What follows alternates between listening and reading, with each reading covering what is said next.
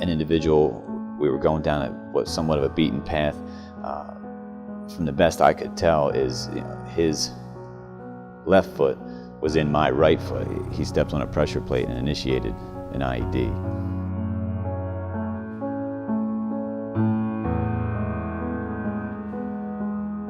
It threw me forwards, and I was unconscious long enough for that engineer and dog team to make it nearly back up to me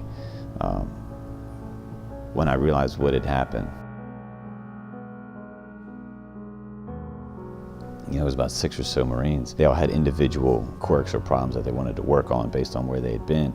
So I laid it. I said, we're going to do this with you, and this with you, and so on. We all head out to a training area. When we got there, I hopped out of the truck and was like, what are we doing here?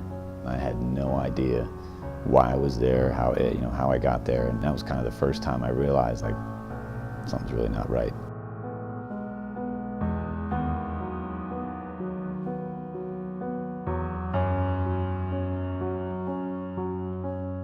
My wife and I think we were folding laundry or doing something. We happened to see the 12 o'clock news, and it had mentioned hyperbaric oxygen therapy. And my wife said, we're doing that. We're doing that. And that's when we realized that, this treatment, this hyperbaric oxygen therapy is not an FDA-approved thing for traumatic brain injury or PTSD.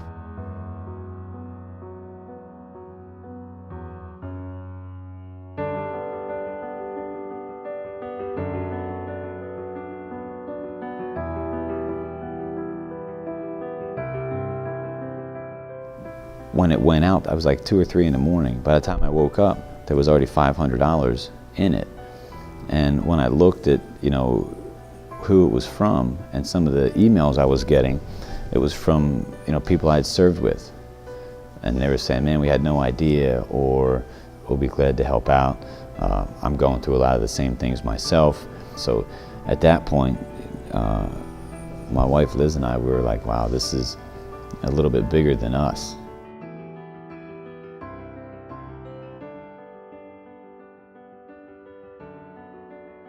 To be honest, I fear to think that we'd be right back at square one. We didn't even have a clue of what to do. We saw this treatment that, was something we hadn't heard of, something we certainly hadn't tried. But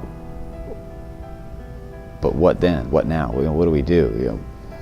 I couldn't imagine, where I would be had they not been so willing to step in and so knowledgeable in how all of this works.